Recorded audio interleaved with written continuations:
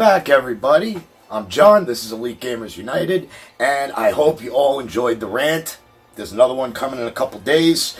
A lot of positive reactions from it. Everybody said they were laughing. That's all I want to do. I just want to make you laugh, entertain, and give you a little news. All right, before we start, shouts. Anti-Ravage You, Isabdi 20, Kirby the Lunatic, and Bearded Kirby. We got two of them. Frank Giovannini 3, my buddy Bernie. Check out his YouTube channel, Guy in the Garage Again. He's a pisser. He's a pisser and a half. Good friend of mine. VJS0710 and Tommy Kimbrough. Thank you all for subscribing, and I hope you enjoy all my stuff, previous and current and future stuff. Alright, so we are here to talk about the Sega Saturn classic, Nights into Dreams. And does this game still hold up?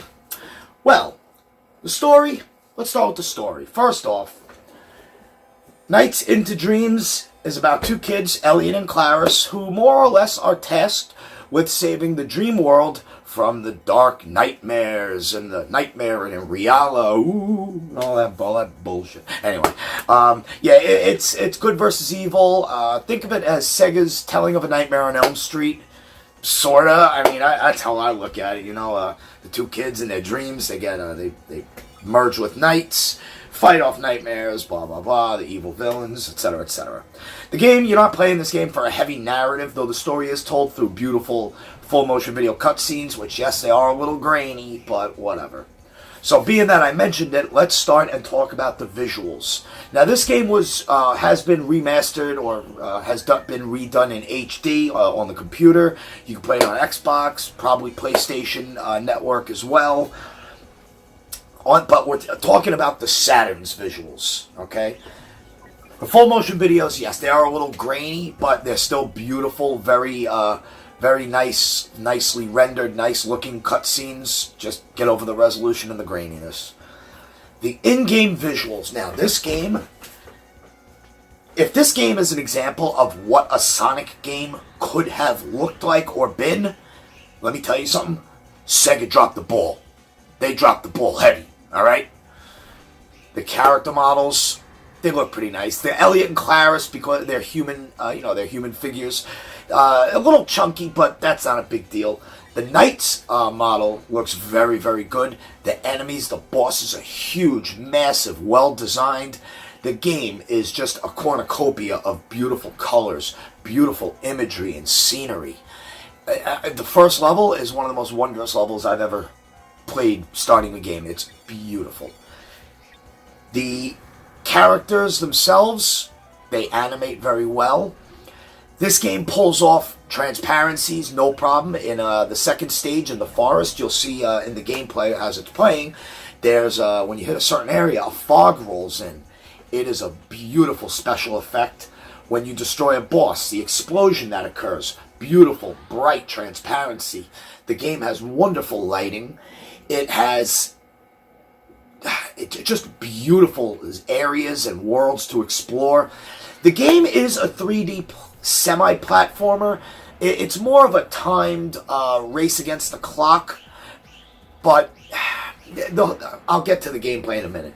But it's just a beautiful mastery of the Saturn's hardware. It's nice to look at. However, I do have a couple of nitpicks, and I don't look at them as detractors. I just look at them as things that maybe could have been done differently, but again, I'm not here to argue. The stars that you collect, link stars I call them, the rings that you go through, they are 2D sprites. They do look good, but I don't know why they weren't made as 3D models. It's the only thing that bothers me. And standard enemies that are not bosses are also 2D sprite images, and they look very nice. I just wonder why they didn't go with 3D across the board. But again, I'm sure there was a technical and even an artistic reason for it. After all, this is one of Sonic Team's masterpieces. The sound, let me tell you, the music is absolutely beautiful. It's got some somberness to it. It's got some very happy and cheery tunes, and it does have its dark tunes as well. But the music is one of the better compositions I've ever heard in a game like this. Usually platformers don't have the greatest music, but level design and gameplay is where it stands. For this type of a platform, I think the music at Nights is absolutely wondrous. I think the sound effects, the alarm clock, it's all very appropriate. Even making a swirl loop and hearing the whoosh, I call it's like a vortexy sound, sounds really good. It's a beautiful looking and just a beautiful sounding game. The controls, okay.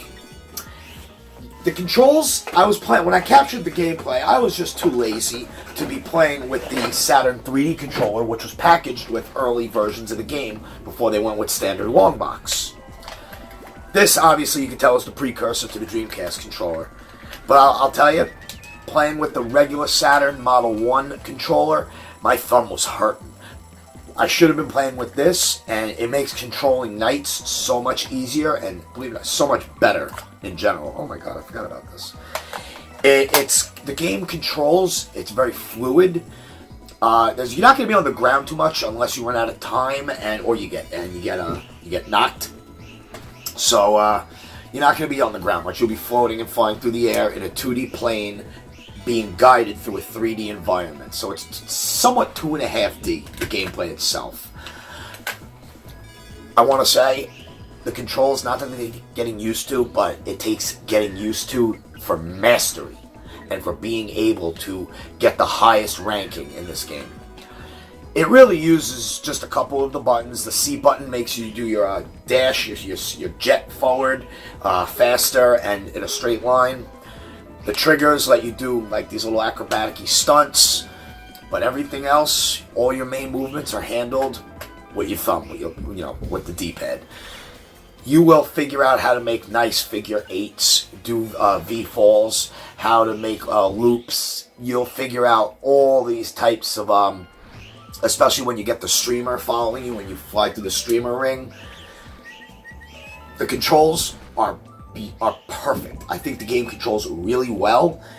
It's not hard to learn, it's just hard to master. And knowing and figuring out the physics and the way Nights actually navigates and flies through the air.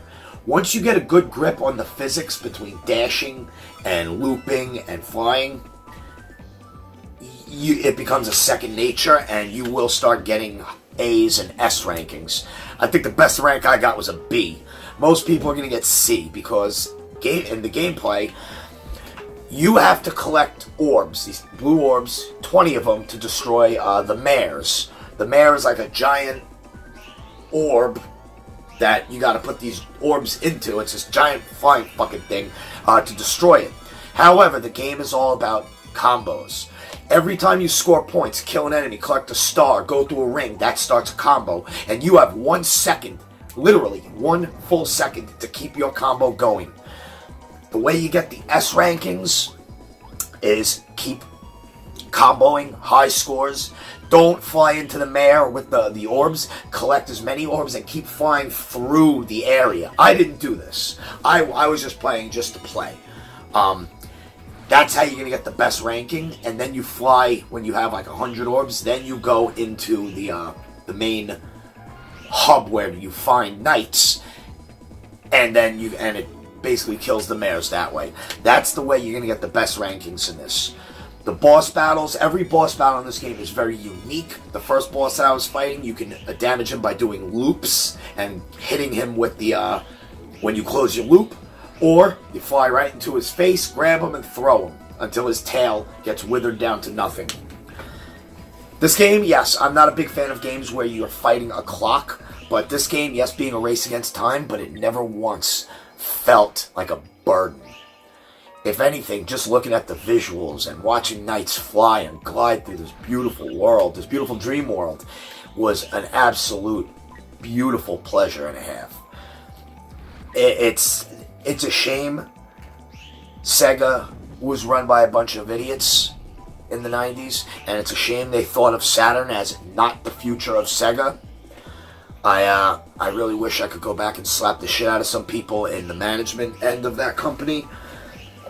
Because, like I said, if this was a taste of what the Saturn was capable of, and we didn't get an appropriate, proper Sonic game, and then we get Burning Rangers towards the end of the lifespan, Sega, come on. What the fuck? You give us two of the best games on the platform, and don't make them Sonic games. I don't get it. It really blows my mind. So at the end of the day, Knights is a beautiful looking game. Great effects. Wonderful effects. Especially anybody says Saturn can't do transparencies, just pop this in, get them to level 2, and let them fight the bosses. Okay, that's all I'm going to say. The soundtrack, gorgeous. The controls, while they're not difficult, they do take some getting used to. Once you get used to them and you master the handling, it's second nature. When you learn the game, then you can enjoy and get maximum fun out of it. It is a lot of fun, considering it's a race against a clock. Don't let that deter you. This game should be in every Saturn owner's library. If you don't have a Saturn, no big deal. You can play this on your Xbox. You can download it on Steam, on your computer, and play it in beautiful, glorious high def. Me, I'll always prefer the original. Again, it's a shame that Sega was so poorly managed and I'll tell you, they did great mismanagement in the mid-90s. But, again, that's a story for another day. Check out Knights. Does it hold up to this day? Absolutely. I can't think of another game that is like Knights. Yes, and it did get a sequel on the Wii. Didn't capture the same magic that this game did. Still a good game, though, and I would like to cover that another day. We haven't done a Wii game yet. Maybe that'll be a good first game. Anyway, I'm John. This is Elite Gamers United. I'll see you again with another review in a couple days, and the rant will be coming as well. Everybody, you have a good night.